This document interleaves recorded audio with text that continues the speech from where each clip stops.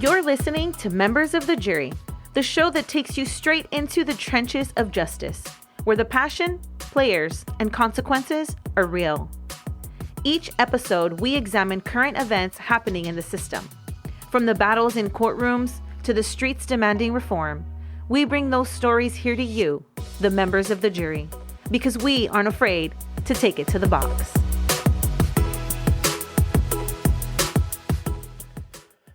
Happy Freedom Fridays, members of the jury. Thanks for answering the summons and tuning in for a listen. We have an incredible trial breakdown to get into. If you haven't already, please subscribe to the show on whatever podcast platform you're using, whether that's Apple Podcast or Spotify. It's also super helpful if you leave a comment and a review. The theme of today's show is overcoming stigmas. I don't think a week goes by where I don't hear someone bad-mouthing the public defenders and people feeding into that stigma that public defenders aren't good lawyers, or hell, that we aren't even quote-unquote real lawyers. It really bugs me. It irks me to my core, because here on Members of the Jury, we fight against that stigma every single day. And in fact, it's one of the very reasons why I decided to start this podcast in the first place, so that we can fight against that stigma, so that we can highlight the work of my fellow freedom fighters and our allies that continuously fight for a better criminal justice system. On today's episode, our guest not only overcame the PD stigma, but his case also falls under the stigma of domestic violence related offenses and a stacked complaint. But we're super excited to get into this trial breakdown. And so, Gabe, please introduce yourself to the members of the jury. Hey everybody, how you doing? So my name is Gabe. I am a public defender. I've been a public defender for about 5 years now, and I've tried about 15 cases all the way to jury trial. Been pretty successful on most of those, but this one particular kind of just stands out in my mind because it was kind of the biggest loaded complaint that I walked. This one included 9 counts, 5 of them being kind of domestic violence related, and 4 of them were resisting arrest. So it's a very memorable jury trial that I experienced, and I would definitely it was very I don't know what the word to describe it, but it was very, very interesting. To say the least. I know anytime any of us take a loaded complaint to the box, it's definitely a big hurdle, just because oftentimes just the nature of the complaint alone creates a very negative stigma to the members of the jury that, oh my gosh, right away, this person is charged with X amount of offenses. Like, if anything, he had to have done something. And so we're super excited that you overcame that hurdle and still decided to take this matter to the box. I actually remember this case as well. It was one of the first trials that I was able to kind of see as an attorney, and this was the first of 3 victories that our team was actually able to have when we first started off, and that's how, even though we were on a Team F, we then designated that to Team Freedom. That's right. We were all able to acquit our first trial. So, you had mentioned a little bit about the complaint. Why don't we go ahead and just break that down a little bit further? I know you had mentioned that it was a total of 9 charges. We don't necessarily have to get into specifics of penal codes, but if you would, for the members of the jury, just go ahead and give us a little bit of a insight as to what were the charges on the complaints and a little bit of the factual basis that were leading to those charges. Yeah, absolutely. So like I mentioned, there was 9 charges on this complaint. The 5 that were kind of related towards domestic violence were essentially there was 2 counts of spousal battery, or battery against a spouse, 2 false imprisonment charges, and both of those were essentially from different days. Right, there were accusations that were kind of split up into 2 different acts, 2 different events, and then another battery, but the battery was against a son, an adult son. So it wasn't necessarily, it was still domestic violence because it was a family unit, but It wasn't necessarily against the spouse, right? And then the last 4 counts were all resisting arrest. And they charged 4 different counts because it was 4 different officers essentially tackling him down. So they decided to charge every single one.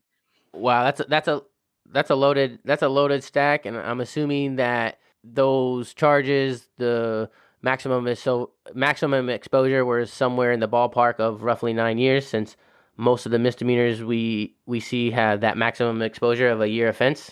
Yeah, that's right. That's right. And again, when I first started, we started talking about actually taking this to trial.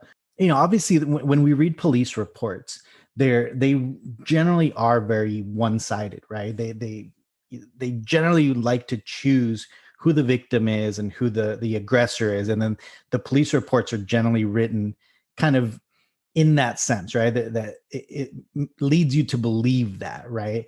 So as I was reading the police reports, immediately I was like, well, are you sure you want to take this to trial? Because the way I'm reading the police report, it sounds like there's enough evidence here to convict you, right? And when we went through some of the statements and some of the evidence they had, um, it was going to be an uphill battle, and he was aware of that.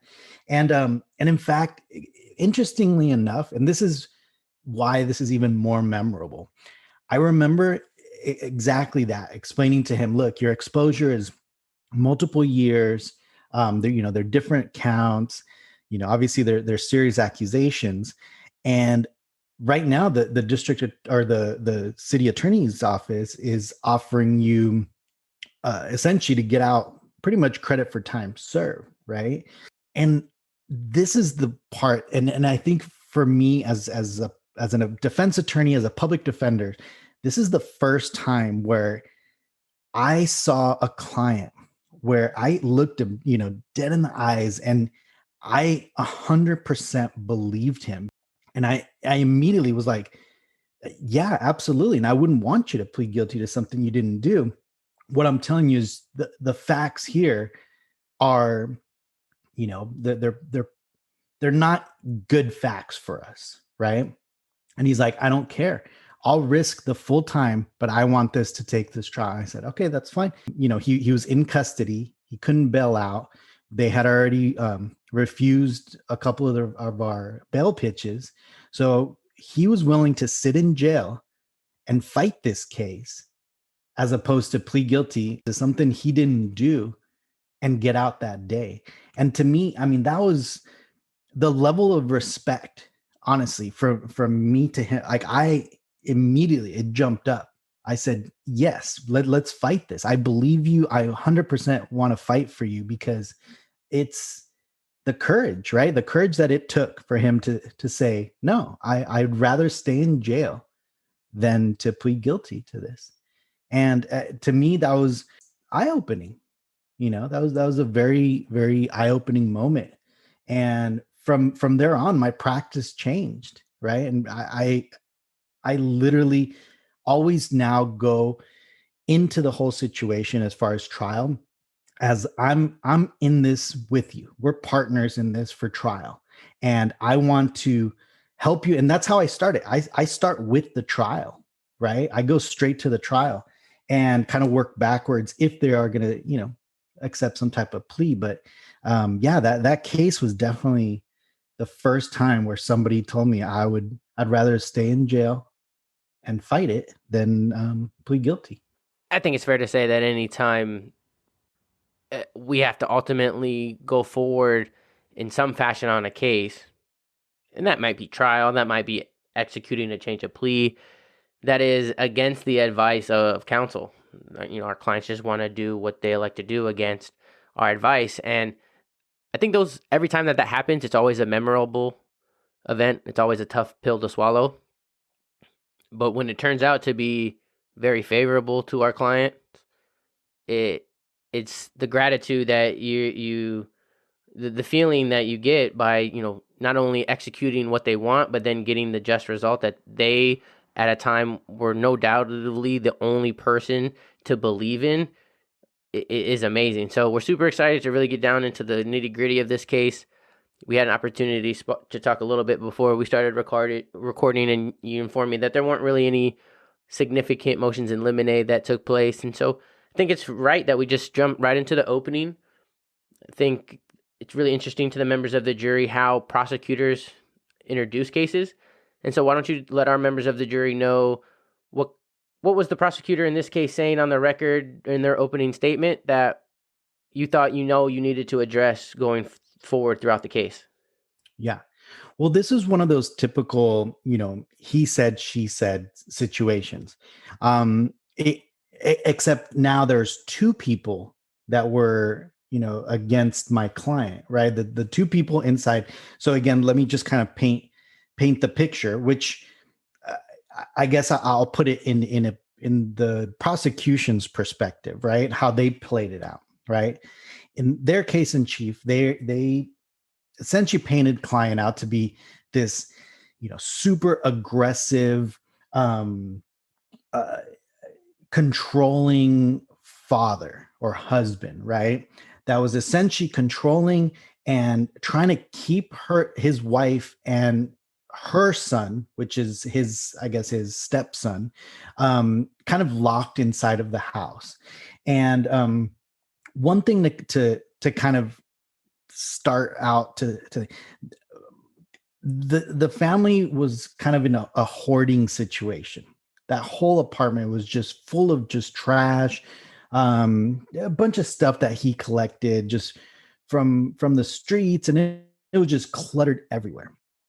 Well, the prosecution immediately was like, well, here we have a man who, is abusing his wife, hitting her, pushing her down. There's bruising. You're going to see bruises. You're going to see, marks on her legs from falling over. You're also going to hear from, the son who's also, hit during that day. And then you're going to hear from 4 officers that tried to restrain him. And as they were restraining him, he tried to pull out a knife and attack the officers. And that was kind of their theory, right? And that's not what happened.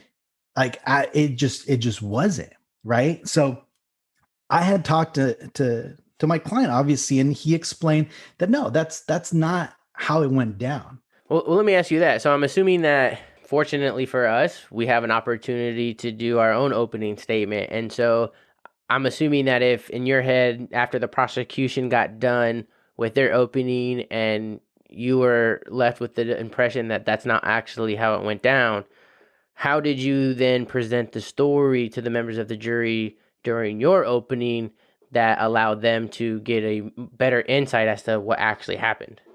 Yeah.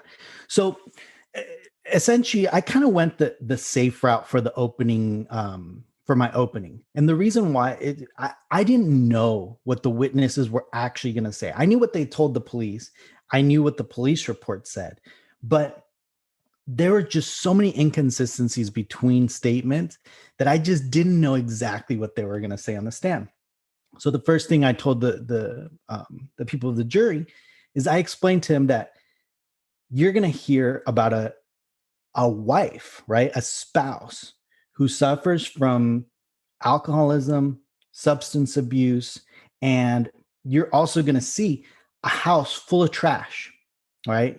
Full of trash, which, and the reason I was bringing that up is because that was essentially going to be one of my primary defenses as to how she was hurt, okay? Because she claimed that he pushed her up against the wall and that she hit some picture frame and that it broke and it cut her on the back. And then on the second time that he, pushed her so hard that she fell over and just tripped on she fell over some stuff and got kind of, I guess, trampled by a bunch of stuff that fell on top of her. The other accusation was that after that had happened, that she was trying to call the police and he wouldn't let her out, and that he blocked the door. So he wouldn't let her outside of the apartment, right? Now, keep in mind, the adult son was also present throughout these whole scenarios. And the other thing you got to consider is that my client was an elderly, and I don't mean to say like elderly, like, but definitely well into his upper 60s, close to 70. And the adult son was in his late 20s. So the way I initially hit the opening statement was more of kind of painting a scene for the members of the jury, right? I was explaining, look, you're going to hear that there's substance abuse in this family, right? You're going to hear that this family is broken. There's a lot of issues, right? You're going to hear that there was a recent loss in the family, which kind of elevated tensions in there, and it kind of elevated substance abuse, I think, by all the parties involved. You're also going to hear that there's the son, because the way the prosecutor painted it is like, that he abused the wife and his child, right? But he didn't say how old the son was, so that was one of the key things. I was like, you're going to hear that he's an adult man. He's a grown adult in his late 20s. And you're going to see that my client he's old, he's in retirement age. He's much smaller, than this person. And then obviously when we were getting into the resisting arrest part, he really, the prosecutor really honed in on the, you're going to see that he was struggling with the officers, that he was reaching for a knife, right? And that was one of their key facts, that he was reaching for a knife while they had him on the floor. And essentially the way I combated that, and I said, what you're going to see is you're going to see pretty much clearly that police brutality on video. And you're going to see how these officers used excessive force on my client, throughout the trial. So essentially, like I said, I wasn't necessarily bringing up any type of theory yet. I was more than anything painting a picture, because I didn't know how the testimony on the stand was actually going to go down. Because like I said, unfortunately with this family, there were, like I mentioned, there's a lot of substance abuse, perhaps some mental health issues, from some of the parties. So they're very hot and cold when it came to their testimony. I think it's a really smart way to start an opening statement, especially in a domestic violence related case, because I've said it on this show before. My nickname for domestic violence related cases is essentially kangaroo court, because you have absolutely no idea what's going to come out. So often the testimony differs from previous statements that were made in the police report, and it could be very detrimental to go into a case, especially a domestic violence related case, and try to make certain promises and guarantees in the opening statement to the members of the jury, when you never know if that's actually going to happen. Because when you do make certain promises and guarantees, members of the jury, they hold you to that.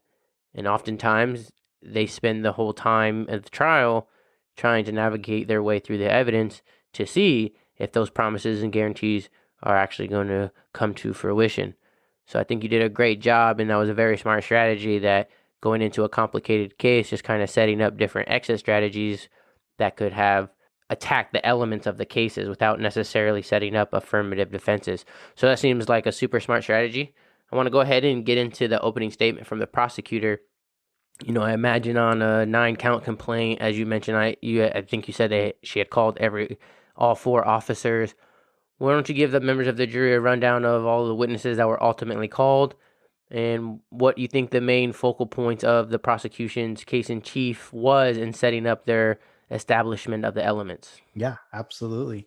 And I think this case literally came down to the direct and cross examinations. This is one of those rare cases. I mean, a lot of them do come down to that, but obviously as trial attorneys, we know that a lot of times the closing statements are sometimes the most powerful, and that's where you could really sway jurors. But in this case, It was actually the testimony, the actual testimony. And the reason why is because, so the prosecution starts with their case in chief. And obviously their case in chief is the wife and the son and the 4 officers, right? Because they need them. They need to establish each one of them because they're all quote unquote victims, right? So the first person they bring up is the son. And I knew, that he had an extensive criminal history, right? So early on, I already knew that I was going to attack his credibility, because of his criminal history. So they bring up the son, and sure enough, just exactly why I didn't bring it up in opening statement, the son just gets up there and says, I don't remember anything, to the prosecutor. So I was like, okay, this is good. This is good for me, right? So says, I don't remember. I don't remember what happened. I don't remember who hit who. I don't remember essentially anything, right? Let me ask you this. Does the prosecutor have the wherewithal to impeach their own witness, or do they struggle with this unexpected answer? Well, I think he was hoping to kind of prove his case through the wife. And I think that's what they're really hoping for. And you got to remember, the son was only linked to one charge, which was a battery against him during the altercation. And I guess essentially what the police officers were told is that during one of the altercations, the son kind of inserted himself in between them. And as he was inserting himself between them, my client, hit him, like straight up just punches him, right? Obviously, client says that's not the case. In fact, that he was the aggressor and that he was throwing him down. But anyways, I didn't expect him to say that on the stand, right? I really didn't know what he was going to say. And sure enough, he was just, I don't remember. He did impeach him with the police report. He's like, oh, you don't remember speaking to the police officers? No, I don't remember what I said to him. Well, you don't remember telling him this. And then, he starts impeaching him with what he told the officers, which at one point he just kept on repeating that he didn't remember, right? So the direct examination was actually good for our case because we didn't get any new information. We didn't get anything out there. But at the same time, you have to remember, with domestic violence type of cases, it's very typical that family members recant, right? And it's very common, and the prosecutors know that. And the prosecutors are often ready to attack that, right? Attack the bias that may exist in a family unit. And he essentially was trying to ask questions to establish what the police officers knew about the investigation, as opposed to what he was actually saying on the stand. Now, I stuck in my cross-examination of that specific witness. I stuck to my original strategy, which was I was going to impeach him with his criminal record regardless. I was going to essentially destroy his credibility. So I did so. I started bringing up his criminal history, and it was a gold mine because his reaction to me asking those questions was explosive. He immediately started getting so upset. He's like, well, that was a long time ago. And he started raising his voice. He started kind of puffing up his chest. There was one accusation or one conviction in his past that had to do with some type of, it was either like sex with the minor, or it was a pretty serious charge regarding, sex and some type of minor. And as soon as I brought that up, he just flipped. He was just like, no, that was a long time. And this shit was lying and this and that. And just the fact that he was just so explosive, in contrast to myself, because I generally tend to be, my strategy in the courtroom is to be the most reasonable person in that courtroom. And I want the jury to see that I'm the reasonable one, not the prosecutor, not nobody else, me. And that contrast between the way I was asking him those questions and his response, I think was gold for me, because it showed that he could have been the initial aggressor, right? That because I already knew what my client was going to testify about, and I knew that my client was going to say that he attacked my client. So his reaction on the stand just solidified what I knew my client was going to testify to. So as soon as he blew up, I kind of just left it at that. No further questions. I think the re-examination was brief. I honestly don't recall what the prosecutor kind of came back on, but pretty much we left it at he doesn't remember anything, and he has this horrible criminal history, and obviously he just blew up and is super aggressive on the stand. That sounds like a great first, witness, essentially, and how the cross-examination went. Sounds like he didn't give much of credible testimony while on the stand, and then by you being able to go after his criminal history, that allows the members of the jury to even consider his credibility and his statements to the police, which you indicated the prosecutor was relying heavy on. So it sounds like a great first witness. Did you seem to have that success throughout your cross-examinations in this case? And if so, what did that success look like as it related to the wife? Absolutely. So that kept on kind of being the trend. So the next witness was the wife, right? And I had already seen two different videos, body-worn videos from two different officers that interviewed her. And I already knew there was a lot of inconsistencies there. And one of the officers actually knew her from prior contacts. And she had a domestic violence charge where she was the aggressor and my client was the victim. And in fact, she had one conviction, but I believe there were 6 or 7 calls where she was the aggressor, client was the victim. So again, I knew I was already going to impeach her with that, right? I was going to bring that up, but I was also going to bring up her substance abuse and kind of seeing where that led, right? So sure enough, she gets up there, prosecutor, starts questioning her. She actually goes through the story kind of the way she described it to the police, to one of the police officers. And it's pretty much right on point to what she had told the officers. So that was good for the prosecution because now they had locked in pretty much, the 4 counts, possibly even that 5th count of client hitting the son, because she says that client hit her son and that, that altercation did happen. So even though the son didn't testify to it, she now established it, right?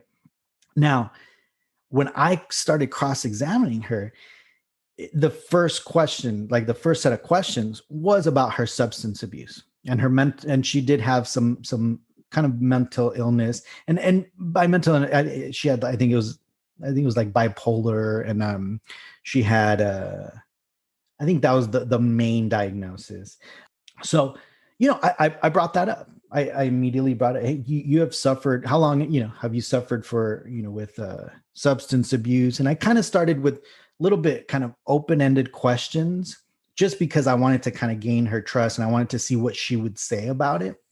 And she admitted it. She did admit it. She was like, yeah, I've been suffering with substance abuse, and I do take my medications. And I was like, okay. And on that night, you took your medications, correct? She's like, yeah, I did take my medications, but you're also drinking, right?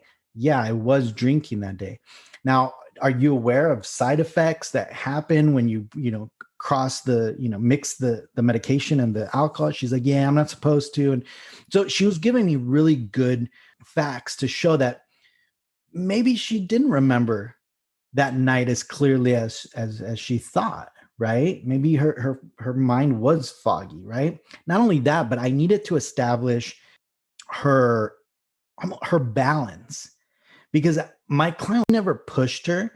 She was trying to go past him, and that she tripped over. Remember, I told you they live in a hoarder house. It was just full of trash and full of stuff. And that she actually tripped over some items that were on the floor, and he never touched her. He never pushed her. So I was trying to establish kind of that, right? That idea that, look, she was under the influence of alcohol mixed with her medication in this hoarder house.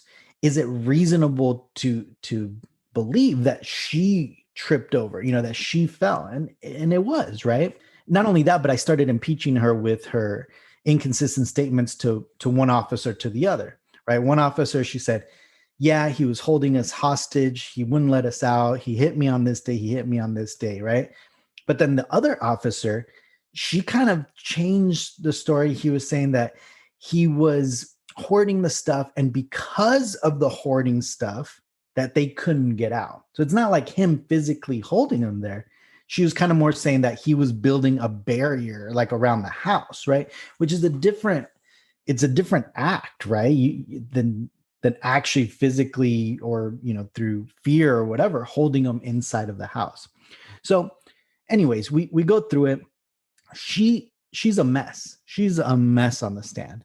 In fact, when she walked by, I was sitting at counsel table, and they come in through the back and around, and I could smell the alcohol on her.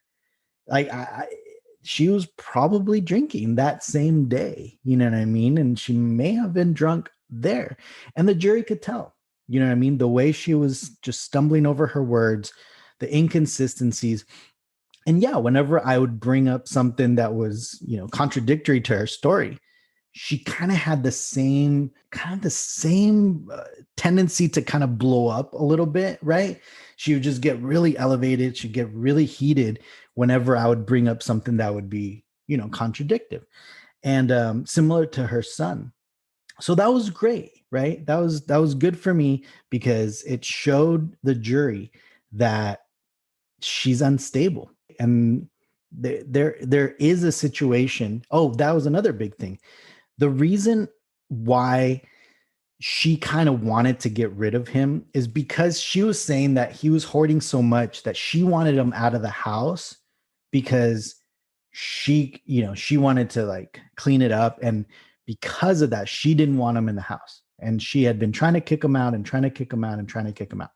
So that kind of establishes some reason to lie, right? About these things, because she wanted him out. She wanted a restraining order. She wanted something to keep him out of the house. And it was his apartment. So that cross-examination went well, just because, again, it showed the jury that, she's unstable. She was drunk that night, mixed with pills. And obviously she's biased. She's going to try to protect her son. And she also showed a bias because she wanted the apartment to herself, even though he was getting it through some like veterans program. So we finished that with her just looking like a mess. I can only imagine how much fun that was doing those cross-examinations, because it's so rare for us to have that kind of ammunition to be able to attack the credibility of these witnesses. So often we're just left with where they were standing, their proximity, long shot visual things. Yeah. But for you to have such concrete pieces of evidence to attack two of their primary witnesses for, because for most of these offenses, the police are an afterthought and don't have any real relation to those offenses. So that they need these two witnesses to establish a lot of their necessary elements that they're seeking. And so to have that kind of issues and credibilities to attack sounds great. Let me ask you this: in your attempt to bring up those, moral turpitude type offenses, was there any pushback from the prosecutor, any objections? I'm assuring that they didn't want that stuff to come in, right? But ultimately it sounds like the judge allowed it too. Why don't you break down for us a little bit of that evidentiary battle as it related to you impeaching the state's witnesses? Yeah.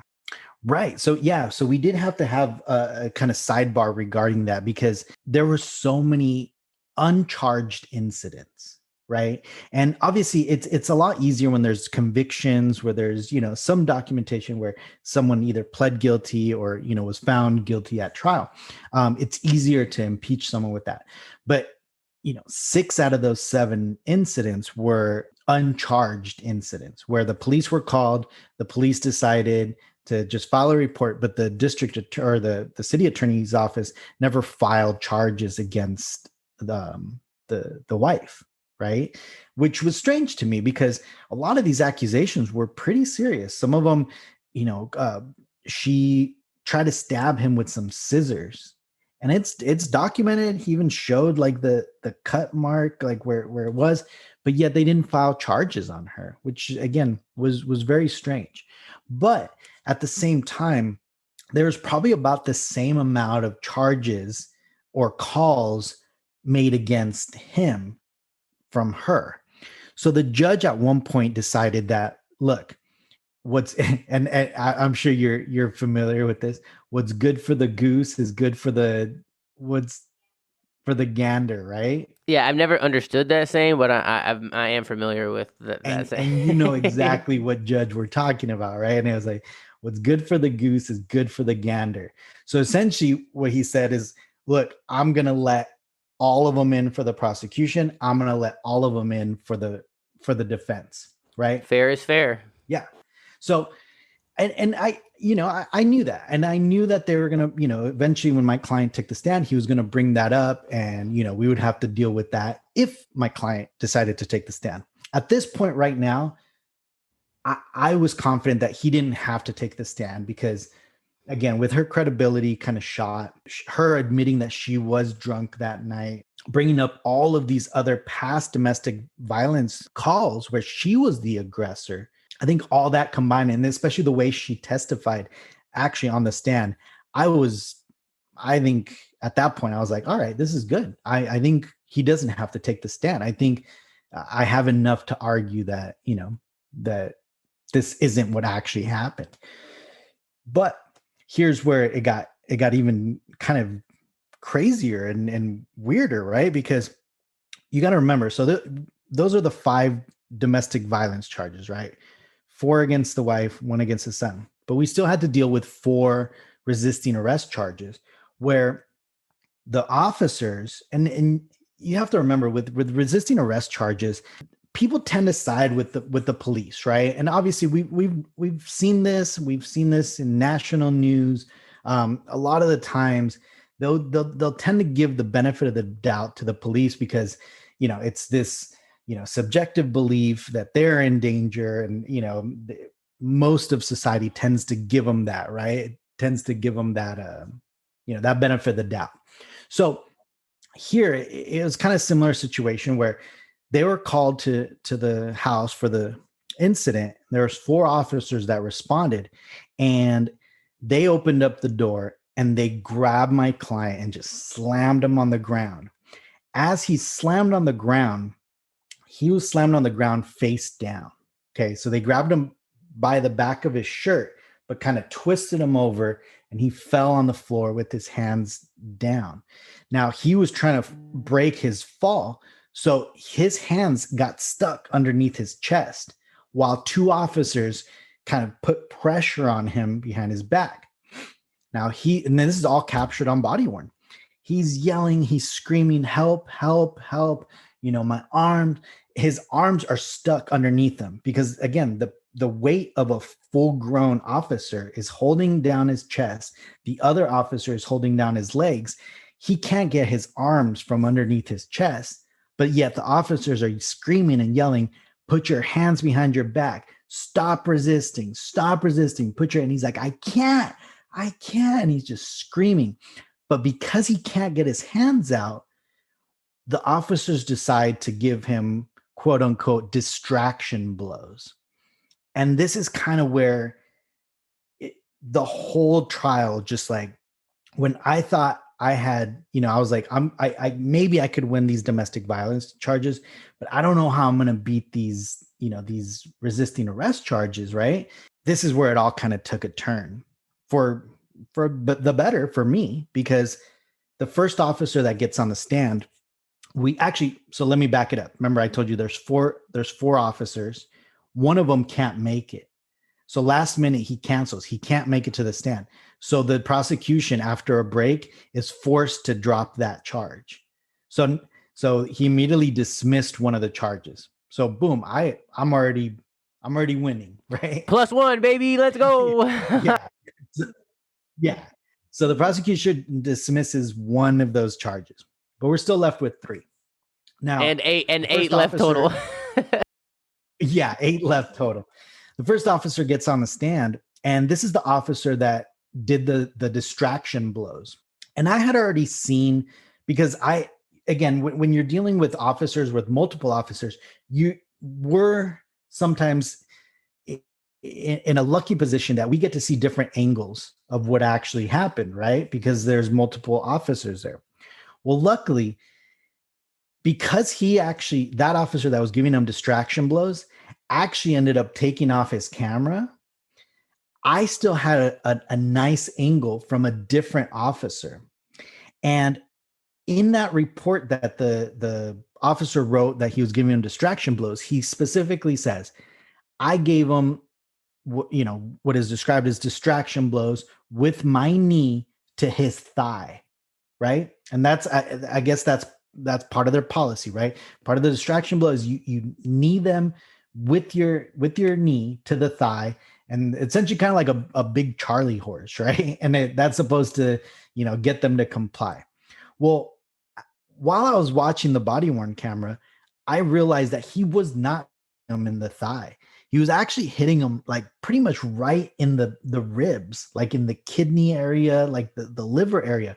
And he was dropping his full body weight with his knee on client's torso, and clients yelling and screaming for help. And this is kind of the saddest part, I guess. He's hitting him so hard with his knee that client actually defecates on himself. Wow. Because he's hitting him so many times. And right? so hard. Yeah. So this officer, which I know, obviously he used excessive force, he gets up on the stand, and obviously the prosecution goes through their direct examination. He says exactly what's on his report, right? That he was there, he took him down, he went hands from underneath his chest, he was reaching for a knife. They had to give him distraction blows. They finally got him to comply, and then they found a knife underneath him. So that's what that officer said, right? Well, when I got up there, I immediately started, doing the typical impeachment process, right? I immediately started to lock him into his police report. Officer, you went to the academy. Yes. Yeah. You learned how to write a report. Yes.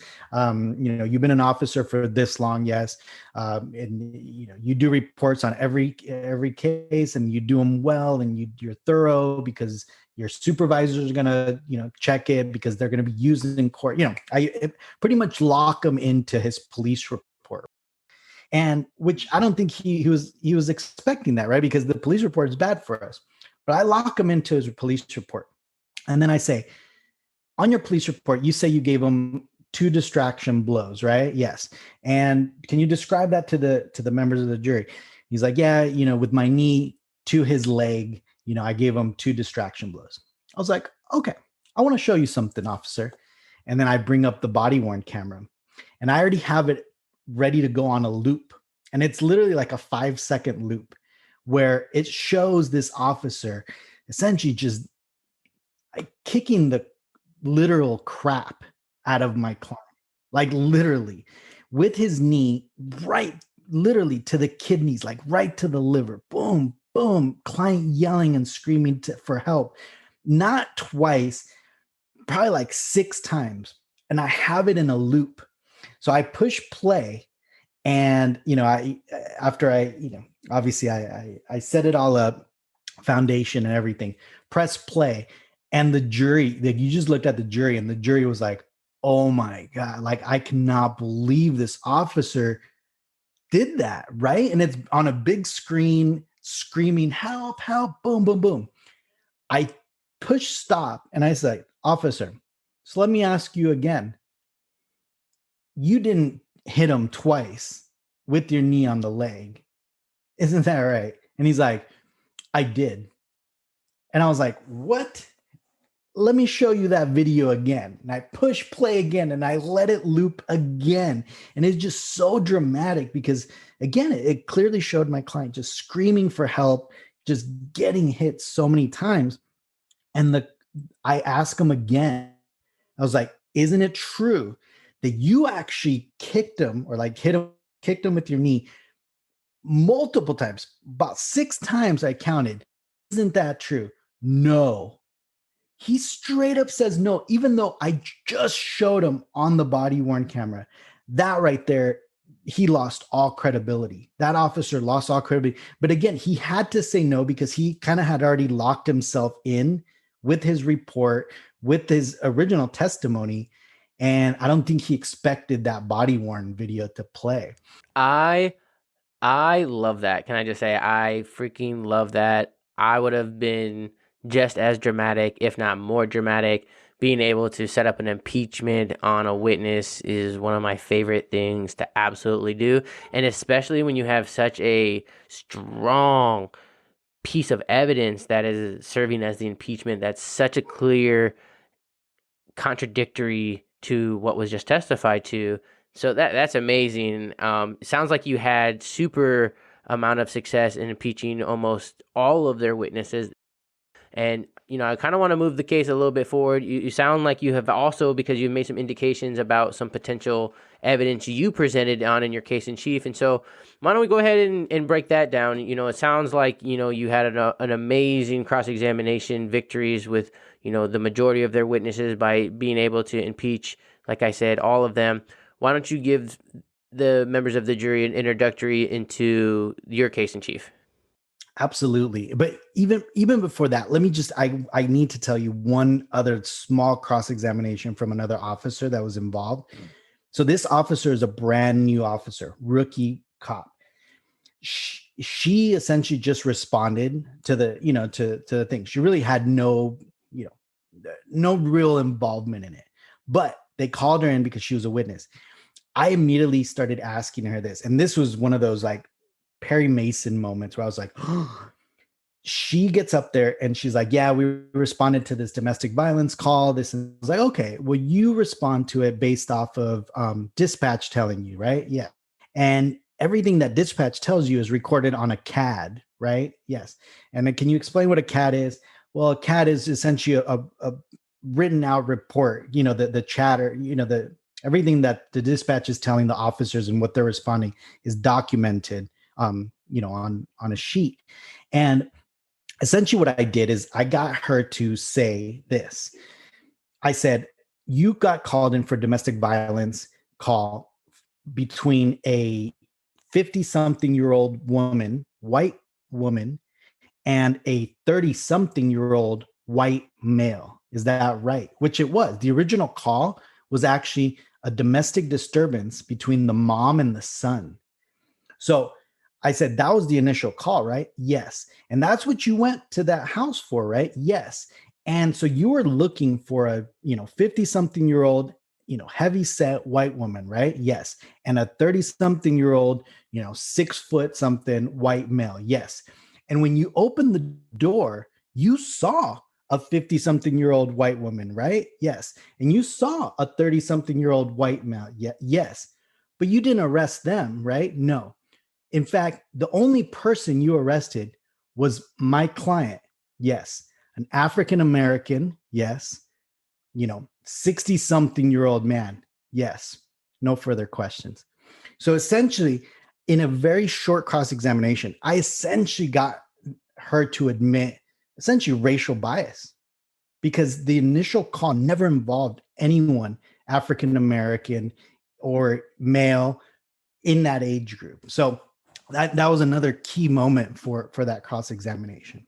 That's so beautiful and so sad at the exact same time how unfortunately common I think it is in our profession, in our practice, in our experiences that often, or how often it is that people of color ultimately get contacted and arrested when essentially the incident that got the police there in the first place had nothing to do with that individual. Exactly. It's so reminiscent of, the Central Park Five. If you don't know what the Central Park Five is, a bunch of teenagers who were in the park where a crime happened basically just got railroaded through the system because even though they had ultimately nothing to do with the alleged crime. And in fact, one of the individuals who ended up getting convicted and sentenced to Rikers Island as like a 16-year-old wasn't even trying to be questioned by the police.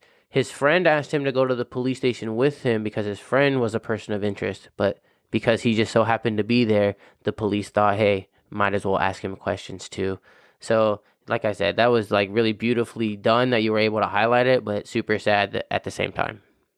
Right. So, yeah, so you're asking me about my case in chief. My case in chief essentially came down to two witnesses, or not necessarily one witness and one character witness. And my client, obviously testifying, was one of them. But my character witness was actually the wife's brother. Okay. So the brother in law, my client's brother in law. And that actually ended up being key because the only person in all of that whole thing that, out of all the testimony, out of all, he was the only one who was so reasonable and so credible and just so down to earth. And he got up there and said, my brother-in-law, you're my client, my brother-in-law is one of the best, kindest, nicest people I have ever met. And my sister is crazy, an alcoholic, a drug addict. Wow. I've seen my sister essentially beat up on him. And I always felt bad for him. And he came in like in a nice suit. He, like I said, he was very established person in the community. And he was more than happy to testify on my client's character. And yeah, he got up there and just spoke, just beautifully about my client and about how his sister was just, ever since she was younger, she just suffered with addiction and all this, and that she was the one who's usually the aggressor. So that was huge for me because he's the only voice of reason in this whole kangaroo court, essentially, right? Like, so he got up there. My client eventually testified as well. He wanted to testify because he felt that he wanted to tell his side of the story, even though I actually had advised him at that point that he shouldn't. I was like, you really don't need to. I think we have enough to argue, and you really don't need to. And he wanted to. Obviously, as criminal defense attorneys, we know, right, that's sometimes our clients don't take our advice when it comes to testifying, and it's their right. And you have to respect it. And he did. Absolutely. And I know in my personal situations, I've tended to had success in my domestic violence related cases where the client elected to testify. I think those are the niche kind of cases where jurors really, really want to hear the other side of that story, knowing that there's always two sides to be presented. And it sounds so fortunate for you to be able to have that character witness that unfortunately so many of our indigent clients aren't able to necessarily relate to come in and give from a position of so like clearly unbiased. Like if you were to say his own brother, I get it, but like clearly a position of not being biased to come in and just paint a picture that's completely different than the prosecution, knowing that obviously the prosecution are painting their picture from an isolated set of facts where this individual has had an opportunity to get to know client on a very personal and long-term relationship. Let me ask you this. I can't imagine that the prosecutor was able to make any kind of dent or headways with the cross-examination of the character witness, but one of the biggest reasons as a defense counsel we really are strategic with advising our clients when they're not to testify is because they can essentially, it's not so much as to what they're going to say on direct, but the fear comes from what's going to potentially be exposed during the cross-examination. Why don't you walk us through the prosecutor's cross-examination of your client? Yeah, it was kind of almost textbook as well. And this is my fear. This was my fear because I knew my client was kind of just as emotional and explosive as the rest of the family, right? So I already knew, especially because I've already dealt with him, where if I would push back on something, he would kind of he'd get really, just upset and just, flustered. So I already knew that that's how he was going to be on the stand. Not only that, but you got to remember, I knew of all these, past charges, right? and calls, police calls that I knew he was going to get impeached on, just like the wife just got impeached on. So anyways, he decided he still wanted to, to get up there. And you know what? He gave a very, his human side really came out. He talked about his childhood. He talked about, growing up, it was really good to hear the human side. Unfortunately, with the city attorney's cross-examination, immediately, he started crossing him about all these prior domestic violence charges. He started, questioning him about, his any type of substance abuse and things like that. And essentially my client kind of just blew up on the stand. He started kind of yelling back at the prosecutor, and he started showing signs of aggression, which at this point I was like, man, like this whole thing we worked up for, in my mind, I was like, he set us back. You know what I mean? It was like one of those, like, one step forward, two steps back.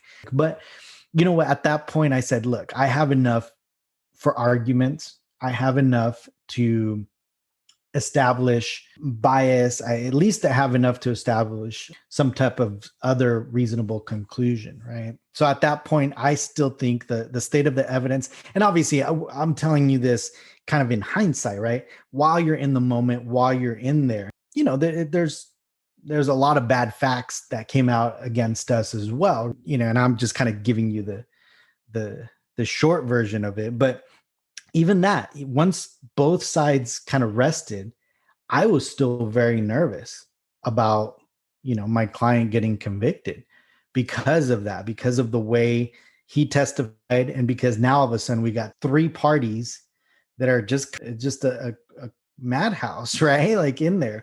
So really, that's why I was saying that the saving grace was the character witness, because he was the only stable person that took the stand during that whole trial, tell you the truth. Because even the cops were just, obviously I told you, they're just over the place. And it was just crazy. Wow, that sounds like a super factual and evidence-based case in chief from the defense point of view. And you've given us so much interesting evidence that obviously has occurred throughout this trial, between the impeachments of most of the prosecution witnesses, from putting your own client on the stand to having a character witness. We're wrapping up the show. We're going to have you talk about your closing argument. Explain to the members of the jury how you wrapped up all of these facts and presented them in such a persuasive way to your members of the jury that ultimately allowed you to get the verdict. This is one of those cases that I heavily relied on jury instruction 224, right? Which is kind of like the benefit of the doubt rule. At least that's how we tend to refer to it as, right? Where essentially it says that if you could come to two reasonable conclusions based on the evidence, that the law mandates that you have to pick the one that points to innocence, right? Of not guilty. Because again, I think that's almost the definition of reasonable doubt, right? If you could come up with two reasonable conclusions, obviously there's reasonable doubt. So again, I told two separate stories, right? And I actually did kind of a similar, I did almost a closing argument for the prosecution. I said, look, this is what they're claiming to say. And I wasn't there. The prosecution wasn't there. So it's up to you to decide who's credible and who's not, like, right? So essentially what I did is I played out their scenario. I said, is it likely that he punched this 30-something-year-old man, this elderly guy, punched him in the face, no bruising, no redness, no nothing? Is it likely that he just pushed this lady up against, the wall, even though she's twice his size, pushed her against the wall, knocked her over, kept them from leaving the house, and then resisted arrest to the point where he was going to take out a knife and start stabbing the officers? I'm like, is that reasonable?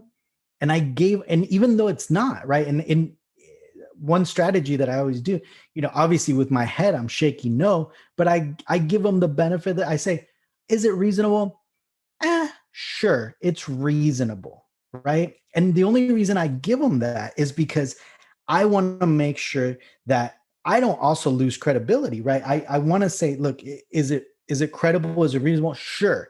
But what's more reasonable and what's more credible is that there's a mom trying to protect her son because the son is the one that, was the aggressor towards his elderly stepdad, number one. Number two, is it reasonable that she sustained some of those like scratches on her legs because she tripped over this hoarding, house, and is it reasonable that she made up these kind of lies just the same way she did it, 7, 8 other times when she calls the cops because she wants him out of the house?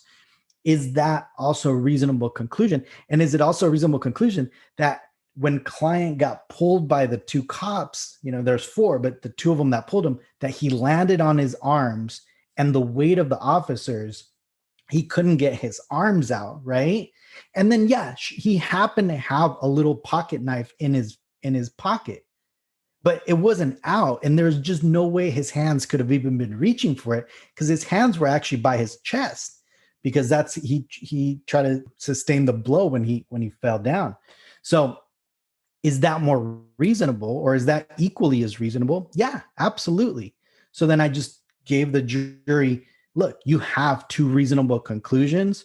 You have to follow the law. And 224 says you must find him not guilty. And that's what they did. I love that. And I love that jury instruction. That's an amazing. Congratulations. What an amazing story. You did such an amazing job throughout this trial between obviously the impeachments, the wherewithal and the ability to find that character witness and put them on and to present, you're absolutely right, the more reasonable story. I was going to say that there was once a wise mentor of mine who said that, it's not necessarily about what you say, but more so how you say it, because the one who comes across more reasonable is the one who tends to have the more success in the courtroom, and this is a great demonstration of it. So congratulations to that. Here on Members of the Jury, we always end the show the same way. We do want to thank you for coming on first and foremost, but it's all about taking matters to the box. We highlight our jury trials. We highlight taking just issues of criminal justice reform to their box, whatever that may mean. Would you explain to the members of the jury on this show, what is the significance of the notion of taking a matter to the box mean to you? Well, like I said, that case was, eye-opening. And from there on, I made it my priority to make sure that, again, the jury trial was the key focus of, any representation that I had with a client. And ever since then, I think not only did my confidence go up with certain cases, and especially with like he said, she said kind of cases where I ended up trusting the jury a little bit more than I would have if I hadn't taken this to trial. But again, I think it comes down to justice and it comes down to courage, right? Both by the clients, by the attorneys, to actually take it to trial. Even though the facts are against you a lot of the times, you just never know, right? And even though this one sounds like I think initially I went in to play for the fumble, right? I was looking for the fumble. That's kind of where I was going. It ended up not being that way at all, right? Just because of the testimony and the way, the testimony came out. So it is very important, and that's what we do, right? And that's the one misconception. I think you talked about that, about public defenders. We are trial attorneys. That's 100%. That's the core of what we do and what we are. We are jury trial attorneys. And once you let us loose and once you let us do our job, there's no stopping us. But again, the hurdles to get there sometimes, especially with the criminal justice system, sometimes is the hard part, right? To eventually get in front of the jury. But that's where justice happens, in front of the jury.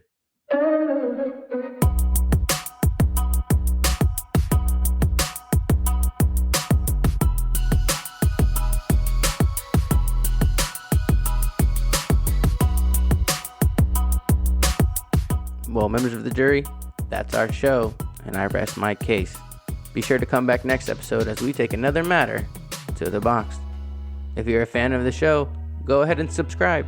You can also find us on social media at Members of the Jury. If you want to be a guest or have any feedback, be sure to email us at lhursty@membersofthejurypod.com.